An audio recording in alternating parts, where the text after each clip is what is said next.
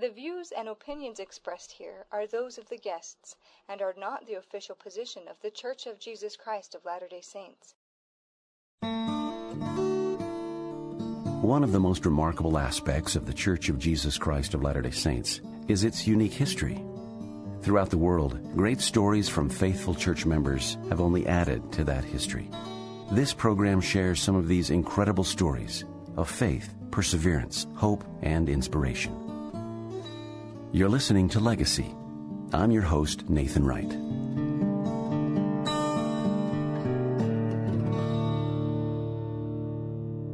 On May 18, 2009, The Church of Jesus Christ of Latter-day Saints launched The Mormon Channel, a radio station being broadcast on HD radio and being streamed over the Internet. Joining me today is Matt Henderson, a senior broadcast and event producer for the church and the producer of this program. Matt, welcome. Thanks. If our listeners have followed this program with any degree of loyalty, they'll recognize your voice as one who has occasionally filled in for me when I had to be gone. So yeah. Glad you're here today. So tell our listeners a little bit about yourself, Matt. Well, I graduated from the University of Utah with a degree in film, and I came to work for the church in 1989. Worked as an audio engineer, did sound for films and videos and broadcasts. And then I was just thinking this morning, I don't know if it was 6 or 7 years ago, I became a broadcast producer, do satellite broadcasts and events, things that people would recognize, things like temple dedication broadcasts or things that happen in the conference center in the main hall there, youth celebrations for temples, that type of thing, or things out of country in the international area offices, that type of thing. And now doing some radio, which is in addition to the other stuff that I've already talked about. So you have an audio engineering background. Did you ever see yourself being a radio producer in those early years? No, I didn't. But the minute they announced they were doing a radio station, I jumped at the chance because I've always loved radio. And okay, I'm going to admit something. When I was a kid, I pretended I was on the radio. Sometimes I would announce and back announce some of the songs that I heard on the radio. I always found radio a fascinating thing, and would like to have been on the radio, but wasn't blessed with the voice that some people like you have. Is there a big difference between producing radio and other things that you've worked on in the last few years? Well, yeah, because some of the other things that I've produced are bigger in the sense that you have a big crew. You've got, 8 to 10 cameramen. You've got a director. You've got all these people that you have to coordinate. Where here we have the host, the host, and the guests that you need to coordinate, get together. But the thing I really like about it, doing radio, is I get to do, especially doing this program, Church History, is I get to do all the research, so that when we get into the studio, we sound like we're, somewhat intelligent and know a little bit about the topic. And that's been extremely fun. Very good. Thank you. Tell us a little bit about your background. I'm still not quite sure why you asked me to do this, other than I enjoy it, but thank you. Like you, I have a degree from the University of Utah. Mine is in broadcast journalism, and that led me into TV and radio news for a few years that I did.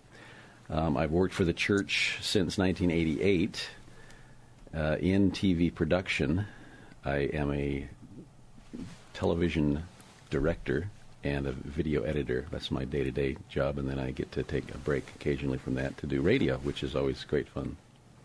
I do voice work, and I'm able to narrate a few things here at the church. I recorded audiobooks, including the discourses of Brigham Young and the Reynolds and Sojal, I think that's how you say his name, the commentary in the Book of Mormon. I think it's like a 9 or 11 book set. And I, as part of my voice work, I guess, as well, I sing in the Mormon Tabernacle Choir as a bass. That's my calling currently. And that's why I fill in for you sometimes, because you're on the road with the choir. So let's talk about the Mormon Channel for a minute. How did this station come about? We found out about it, producers, when I say we, producers found out about it early on in 2009, and they assigned some of us to do produce some programs.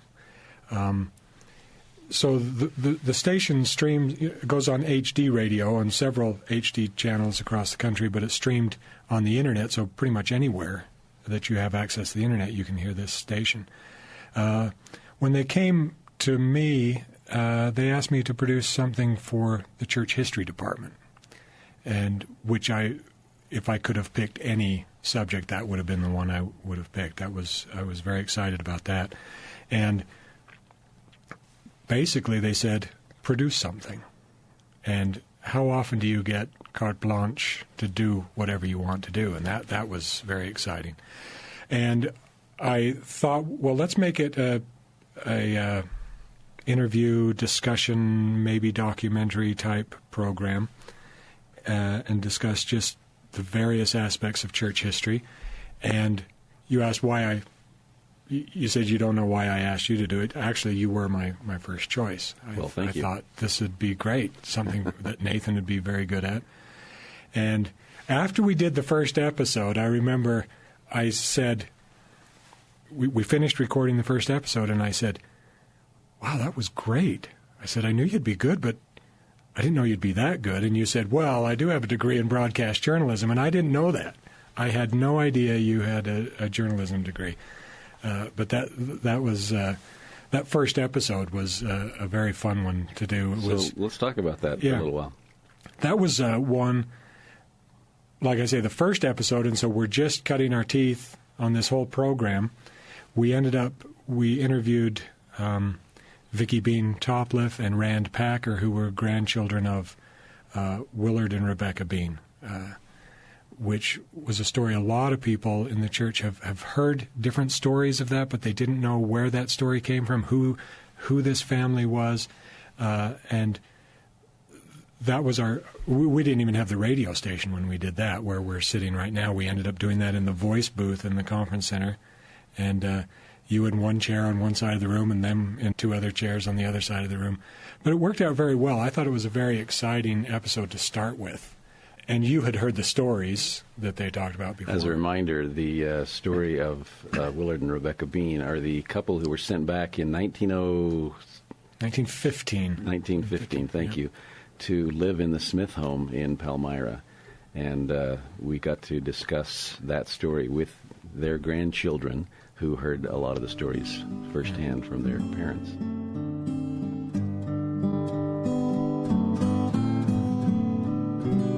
I think it's important to remember when we tell the story that how old Grandma was. She was 23 when she married Grandpa. He was 46. He'd lived a lot of life and experienced a lot of things. She was still a really young girl. And so I'm sure that this prejudice and criticism was extremely difficult for her. I think in that day and time, too, it's not like she could call home and talk to Mom and, cry on somebody's shoulder. So she really didn't like it when people came to the door when Grandpa was not there. And this particular day, he was in town, and she was sitting, by this time she had had her baby, Palmyra, and she was sitting in a rocking chair with her, and she heard this knocking on the door, and she thought, well, maybe if I'm real quiet, they'll just go away. I think nobody's home. But that didn't happen. They knocked and pounded, and finally she decided she'd better answer the door.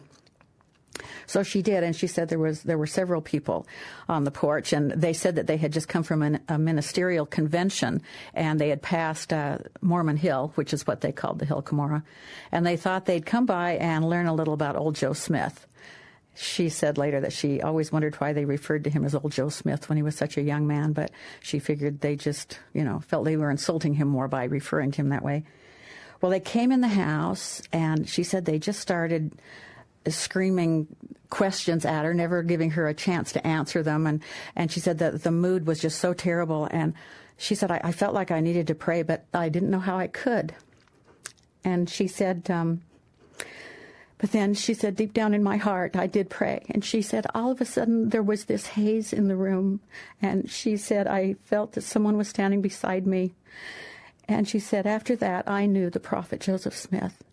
she said, the people all of a sudden got quiet, and they let me answer their questions. And I took them upstairs and showed them the prophet's bedroom, and we went back downstairs.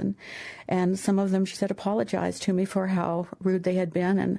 And some of them signed the guest book there that they had their visitors sign. And she said, then they went out, and I sat back down with my baby, and she said she had... the baby had been crying naturally when all the screaming was going on, but the baby had now calmed down. And she said, I sat down and reflected on what had just happened. And she said, from then on, I felt the presence of Joseph Smith all the time we lived there. And she said, my family felt it too.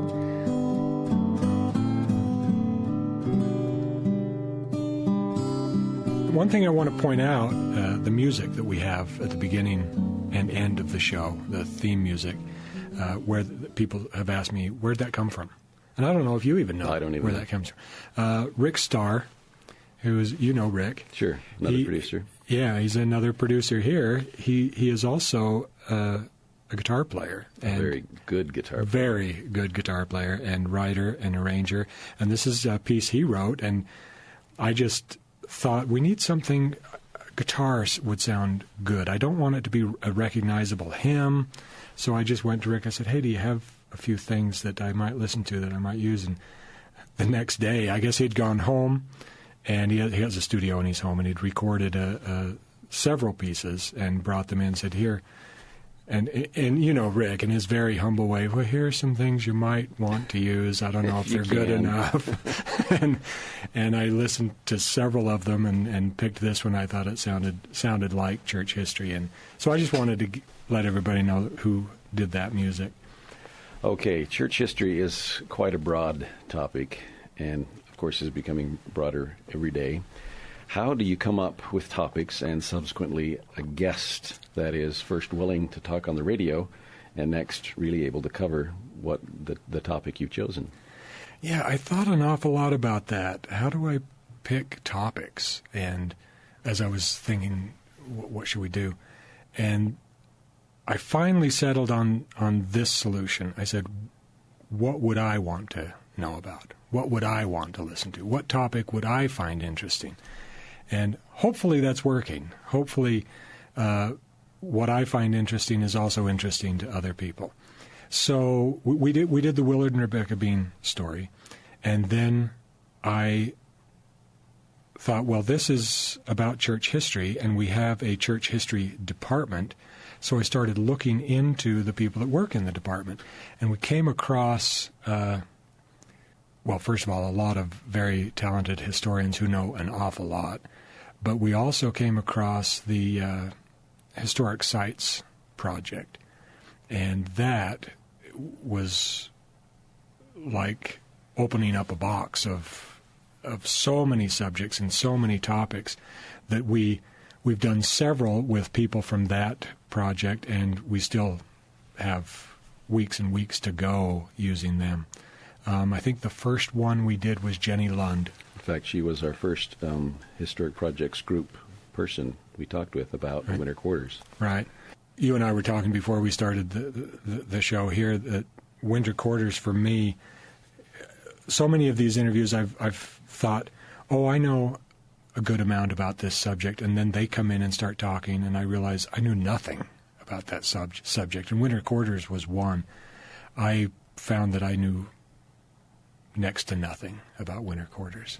In fact, some of the things that we think we know about historic sites or church history are just those legends or whatever that have been perpetuated through the years, and we kind of find out the real deal. Yeah, we've had several times where I've said, ask them this in the interview, and so you ask them, and they say, oh, well, that's just a rumor, or that's just a legend, and we can't prove it. And it's I find that interesting, too, to find out what's true and what's not.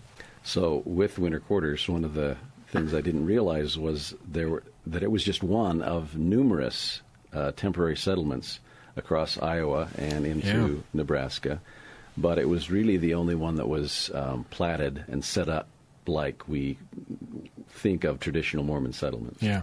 In my mind, winter quarters was a place where they just stopped off briefly, spent the winter.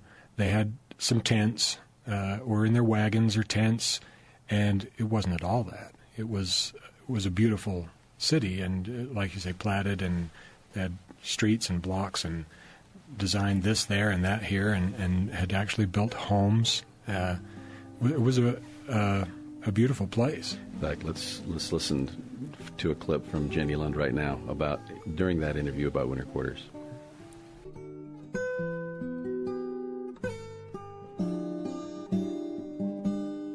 Now, there is a quote that you have used in that paper that we talked about that would probably be a good jumping off point for this discussion.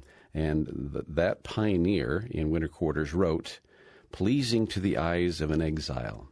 And to me, that says so much about what winter quarters is. Why don't you elaborate a little? Well, I think that quote is perhaps a little surprising to some Latter-day Saints who see winter quarters only as a place of death and tragedy. However, there's another part to the winter quarters story, and that is the fact that this was really an ideal place to plat a temporary settlement and then to stage a major migration to the west. And so I think that Mary Haskin Parker Richards, who was a young 22-year-old girl, her husband was away on a mission in England, and she kept a marvelous diary as well as wrote wonderful letters to her husband from winter quarters. And I think she gives us that other sense of what winter quarters was. She says, pleasing to the eyes of an exile.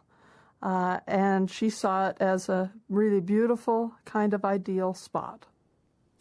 Why do you think the church has such a sort of a narrow view of what winter quarters was? I mean, to me, we have the CCA Christensen picture that shows the cabins along the river, and that's really the only image I can think of, having grown up in the church, of what winter quarters is or was. Why do you think that is? Well, we were there for such a short time, just 2 years, before moving on. And I think really the main reason we tend to have a view of winter quarters as this site of tragedy is because what remains is the cemetery on the hill above the community. And there is no doubt that tragedy struck many, many families. So people as families remember that a great-grandmother or a great-grandfather died there, or they buried their children there. In the 1930s, Avard Fairbanks, who was a Utah-born sculptor of some note, was traveling through winter quarters or through that area of Omaha, and he stopped at that little cemetery and ran into another Latter-day Saint who happened to be visiting there. And they started talking about that forlorn cemetery on the hill and said, we really ought to do something to memorialize the pioneers who died here. Fairbanks himself, his grandparents had lost a baby and buried it there at winter quarters.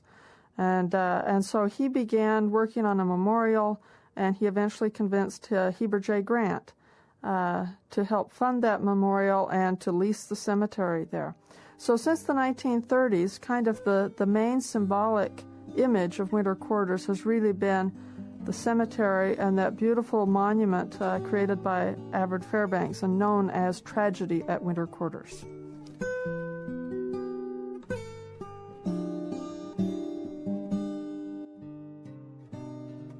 One of the other things I wondered about, and that we asked Jenny, was what evidence is there today of winter quarters? And she told us that there really are only two very minor evidences. One is an original headstone in the cemetery, and the other is some original timbers from a sawmill or whatever that is in some art gallery structure.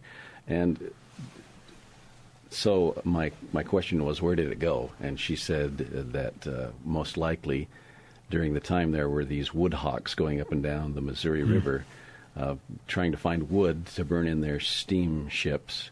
And she says they probably took a lot of it. And then there was a prairie fire in 1850 that was witnessed by some people coming across the plains that just got rid of it, and it was gone. Yeah, it's fascinating. And it's that type of thing that we learned through all of these, with these historic projects. So what are some of the other surprising things you've found along the way here, Matt? One we did with Jill Mulvey-Durr. She came in and talked about the Relief Society minutes that Eliza R. Snow took during meetings of the Relief Society in Nauvoo, and she kept very detailed minutes. And I had not heard of that at all. I didn't know anything about it. It was a book that Eliza R. Snow had kept there in Nauvoo, and when they came out here to the Salt Lake Valley, she had that book with her, and Brigham Young had her go throughout the Utah Territory, and with those minutes, she helped to organize relief societies and teach them and train them in how relief societies should work, and I had heard nothing about that.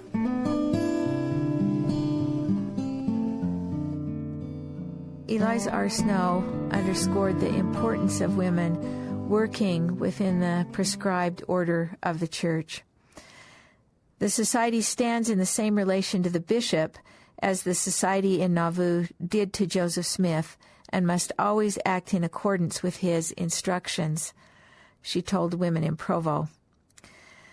Nor were the women to burden the bishops, but rather to assist them in caring for the poor.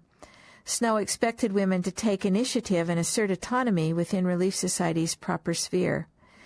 We need not be afraid of doing too much nor getting ahead of our brethren, and if we did, why let them hurry up, she told women when she spoke to them in Santaquin. She taught women in Gunnison the same principle, drawing precedent from the Nauvoo minutes. The prophet Joseph Smith said to the sisters, "Provoke the brethren to good works."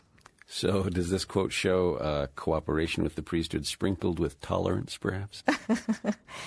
Yes. One of the things that Eliza R. Snow later wrote to a Stake Relief Society president was, we must honor the priesthood even if it is in earthen vessels. Very good. Eliza R. Snow also taught one of the purposes of the Relief Society is not just to relieve the suffering of the poor, and perhaps that may even be a very small part of it, but to save souls. And I wonder if that is the souls within the Relief Society and the people they're serving. What do you have? What's your take on that particular quote or concept, actually? Yes, Joseph Smith told the sisters in June of 1842 that the purpose of the Relief Society was not only to relieve the poor, but to save souls. I think he was very clear with women that they had a responsibility to save themselves, that their first spiritual responsibility was really to take care of their own personal salvation. He was very clear that once he had given them instructions, he told them this in April of 1842, that they would be responsible for saving themselves. This was an important concept for Eliza R. Snow, and she repeated this on numerous occasions, indicating that many women had thought that their husbands would save them or that the brethren would save them. And she made it very clear that this was not so. We have responsibility for saving ourselves, she told them, and this is what Joseph Smith taught the sisters.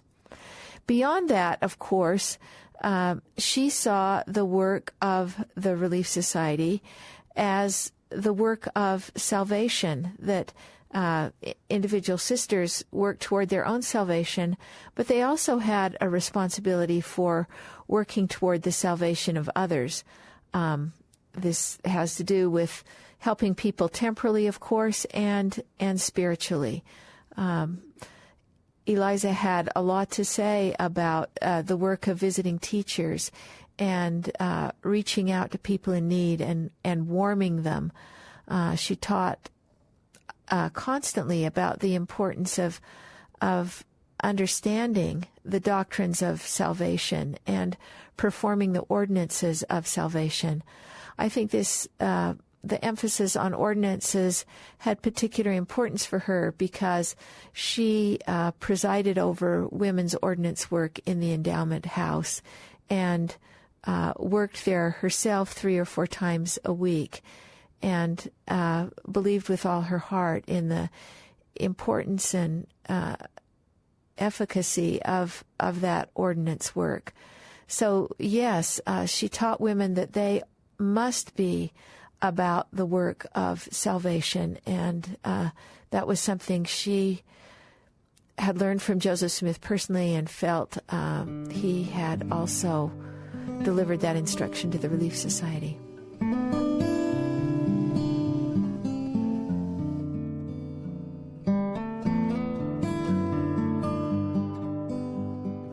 One of the other episodes, Kirk Henriksen was here talking about the tabernacle and the history, the evolution, really, of how the tabernacle came to be. I found very fascinating. Yeah. I wasn't really quite aware of how it all came about. There were several Boweries. There was what they considered the old tabernacle, which had a pitched roof. And then they started the Great Tabernacle, as they called it, and got the piers up, the big sandstone piers. And it was William Folsom who was in charge of it at the time. And he had basically a roof very similar to the old tabernacle planned. And work on the tabernacle had stopped for about a year, I guess. Mm-hmm. And they all kind of wondered why it slowed down. And he believed that it was Brigham mulling over what should happen. And as they in modern standards, as they look back and look at the pitched roof that Folsom was planning, it probably wouldn't have lasted very long. Mm-hmm. So they find this Henry Grow, who was a bridge builder, and he comes up with this lattice trellis type design, and that's how it all came to be. Very, very fascinating. Yeah, a lot of, I guess we could call them acoustic tests with different designs and different angles of roofs and pitches of ceilings and so on that led to what we have now in the tabernacle. And even though the old nothing about that. Even though the old tabernacle had a pitched roof, the inside of the roof was curved like the inside of our tabernacle, which I didn't realize. At the rededication service for the old tabernacle, the Deseret News says that President Brigham Young made some remarks on the vibration of sound, the advantages and conveniences of the tabernacle now over what we had enjoyed before. Brigham Young was proud of this new renovation. It was, in essence, a test of an acoustical plan that he had that would allow people to hear better. And now, at the opposite end of the hall, 120 feet away, people could hear as well or better than they used to could hear when the tabernacle was oriented the other direction and people were only 60 feet away. So it's sounding more and more like an evolution took place over the years, just experimenting on what was working and what wasn't, and eventually we came to what we have. When Brigham Young stepped on the Temple Square territory in 1847, and we've heard many times how he placed his cane and said, "This is where we will build the temple of our Lord."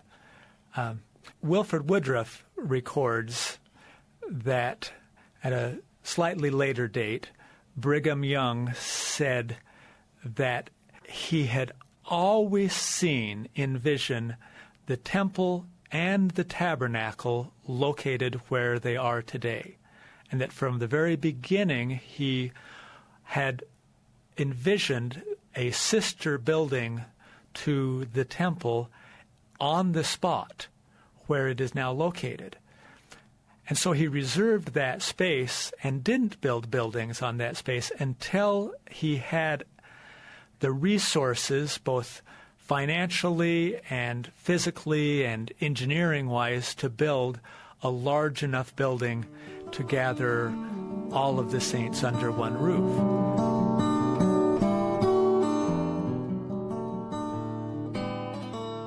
Another thing that surprised me when we, during episode 11 with Jeff Anderson, Journals and Documents, I asked the question, so when a journal comes in, how many ways do you back it up on electronic devices, or something like that question? And he sort of chuckled and gave me that poor, pathetic look of someone who doesn't know anything, and said, well, basically, we keep them in their original form. That's the easiest way, since all these other electronic forms are rather transitory and go by the way of the world. So I didn't realize that. I remember thinking, ooh, good question. And all of a sudden, that wasn't a good question. a poor, uninformed question.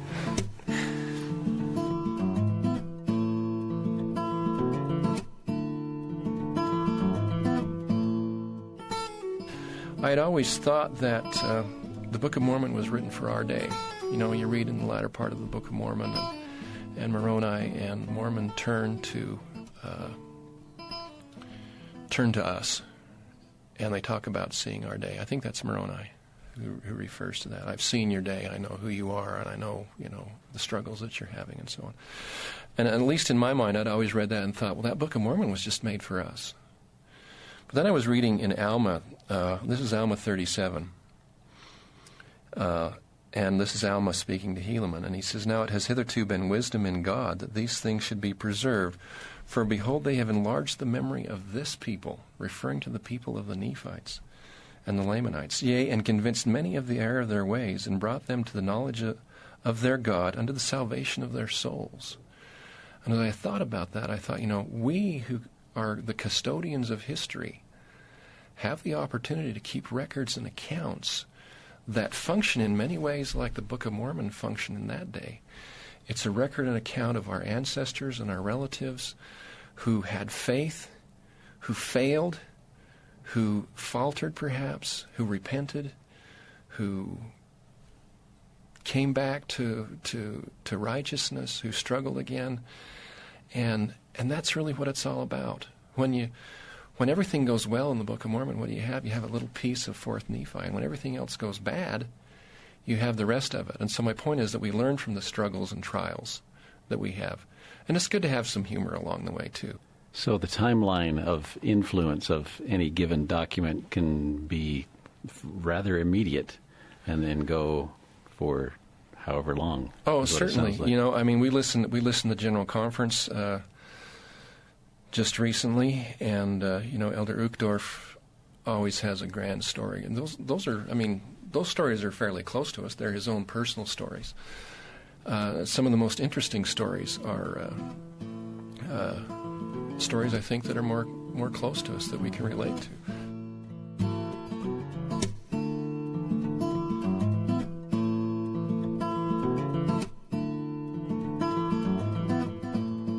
Mel Bayshore's been here a couple of times, but when he was here talking about the Mormon Trail, there was quite a few things that, well, like you say, every episode I'm learning things that I had never heard before. But he was given the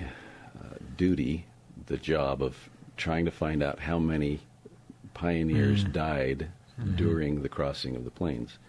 And he says he's not the kind of guy that likes to dwell on the negativity, and he just likes the happy going across the plains, the camping trip sort of aspect of it. But he took the job, and he realized that he couldn't do what they wanted unless he had names associated with each of those deaths. And so they found some missionary couples to help with the research. They went back to original sources and just started counting number of deaths.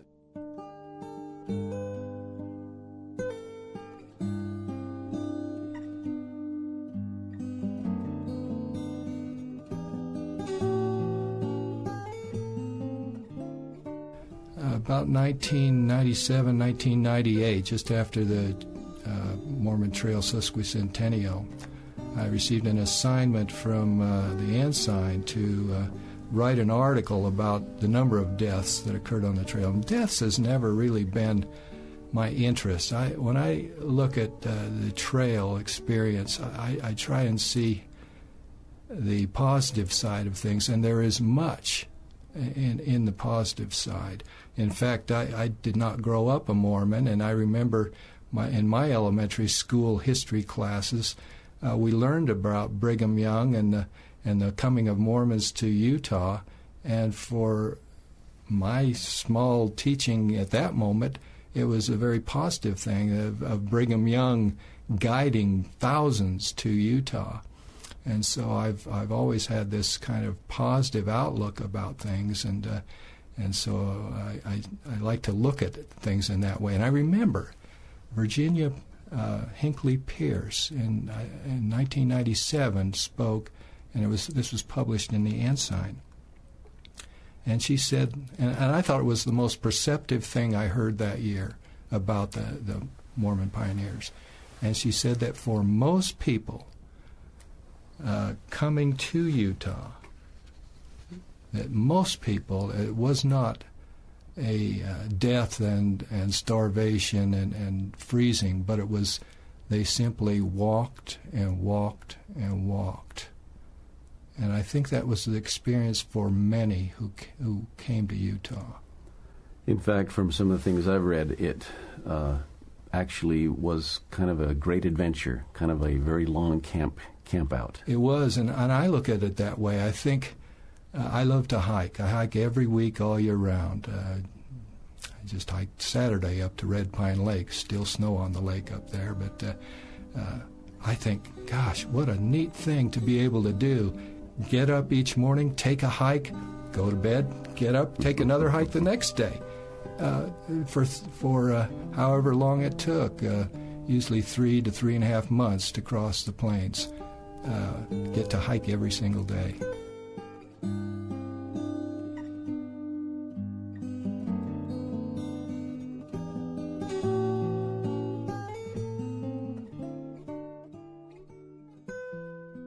Another one of my favorite episodes was talking with Gary Boatwright about Sharon, Vermont, and how the monument, the obelisk, got to the Joseph Smith birth site.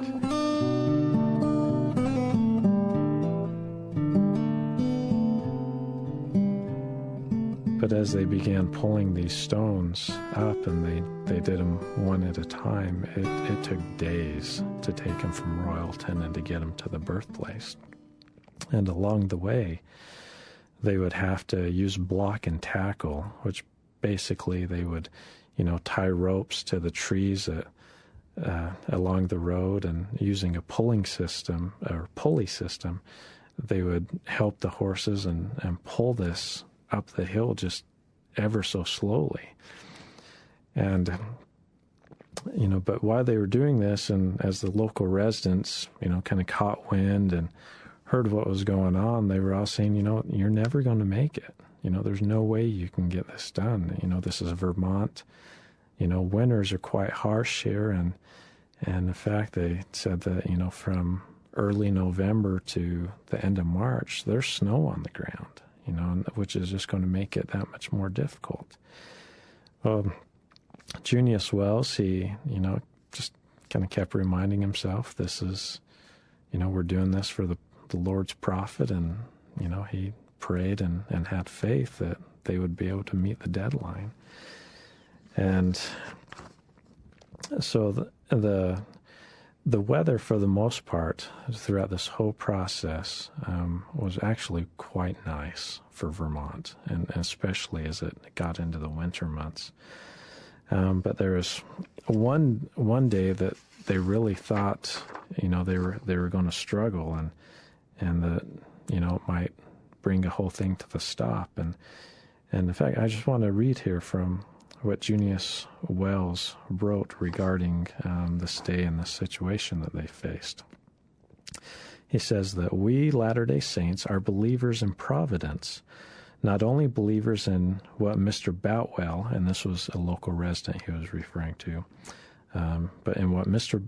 Boutwell calls Mormon luck, but in providence. Even in the matter of weather, we feel so.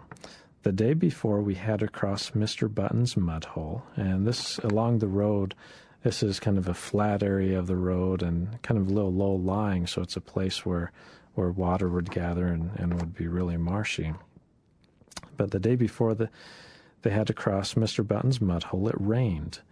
There was an empty hay press that tried to go through it, and the wheels went out of sight. It took 4 horses to get it out. Next, it commenced to snow, but the thermometer dropped in 3.5 hours, 35 degrees, and the north wind blew the storm down to sea. We had arranged to have 9-inch thickness of planks at that mud hole if necessary to get over. As it happened, we only needed 3, for when the wagons went over it the next morning, the ground was frozen so hard that it split the planks into kindling wood, and the weather has not been so cold since. I called that Providence.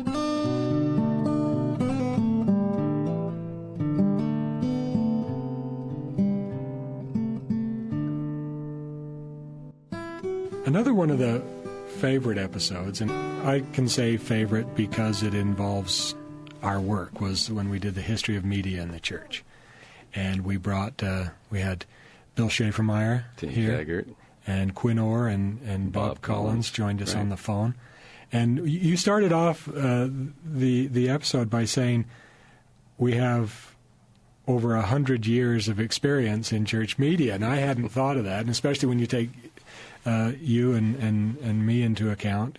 We did have probably, I think I added it up and it was like 175 years of experience in just church media, not media that I did before I came here, but just church media, like 175 years of experience there.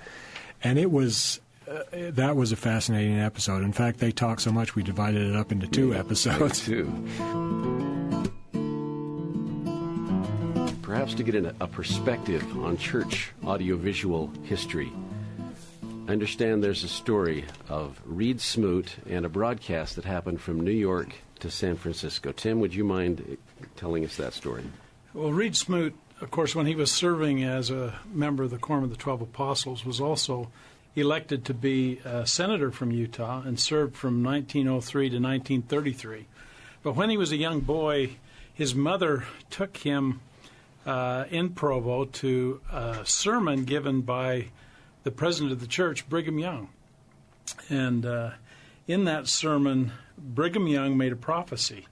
He said that the day would come when the human voice would be heard from New York to San Francisco. And on the way home from that, young boy Reed turned to his mother and he said, "That was a big lie. That's impossible, and it couldn't be." And his mother turned to him and said, "You will live to see the fulfillment of what the president has said today." Of course, in later years, as time went by, they created a national broadcasting system where you could speak from New York to San Francisco, and one of his colleagues that was responsible for this effort invited Reed Smoot to come to New York City, where he would be the first man to speak over this system from New York City to San Francisco. So not only did he live to see it, he lived to eat his words on the air. And he literally fulfilled the prophecy that he said couldn't be. That's a great story. Ironic. I think the Lord has a great sense of humor. So let's talk about the evolution of audiovisual in the church. At least I've always heard that it was Gordon B. Hinckley who started audiovisual in the church. Is that true or not true? Bill, do you have a perspective on that? Oh, I don't think there's any doubt that he was one of the major players in audiovisual in the church. Prior to him coming home from his mission, which is well known that he was hired immediately by the church, prior to that, there were photographers around and movie makers and that sort of thing, but not a concentrated effort. And he kind of had the job of doing missionary work using media. And so I guess just him and a cameraman, and he would just go out and get media, He wrote the scripts. He wrote the scripts. The Fullness of Time series was a classic that was done in the 30s that he actually went to Hollywood. He wrote all the scripts and then went to Hollywood, and they hired the best audio talent of the day, radio broadcasters, and created a radio drama that to this day is still, you can still listen to it and find very engaging. Music's a little bit hokey on the front coming from the 30s, but it's still great scripts and excellent production. Exactly. When we were doing the video bio of him when he was just before he became the president of the church, Russ Holt and I were able to go down. I think maybe Lyle Schammel, who was our managing director, was also there. We got to go down and poke around in his storage unit in the administration building looking for that series. And it was fun just to kind of see all of the media material that had his name on it. Yeah. So there's no question about it. He wrote much of the music and the spoken word broadcast messages, working directly with Richard L. Evans, and for many years was the producer of the program. Every Sunday morning, he was the producer that ran the show.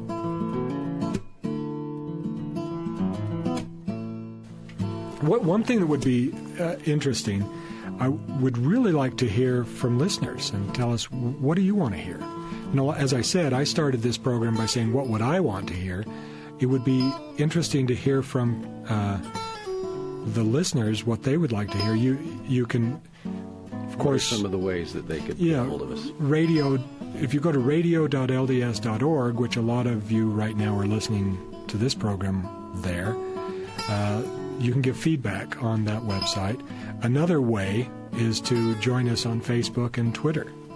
There is a Facebook page for the Mormon Channel, and if you become a friend of the Mormon Channel on Facebook, you'll get updates, what's coming up on different programs on the Mormon Channel, and you can give us your feedback. And I would love to have people giving us feedback, not only on what they would like to hear, but I'd like to hear feedback of the programs that we've already have. Give us your pros and your cons. The only way we can make it better is to hear the good and the bad. So Facebook is a great way to do that, to give feedback and also get information of what's coming up. A lot of people have iPhones, and I understand there's an app for the Mormon Channel on that as well.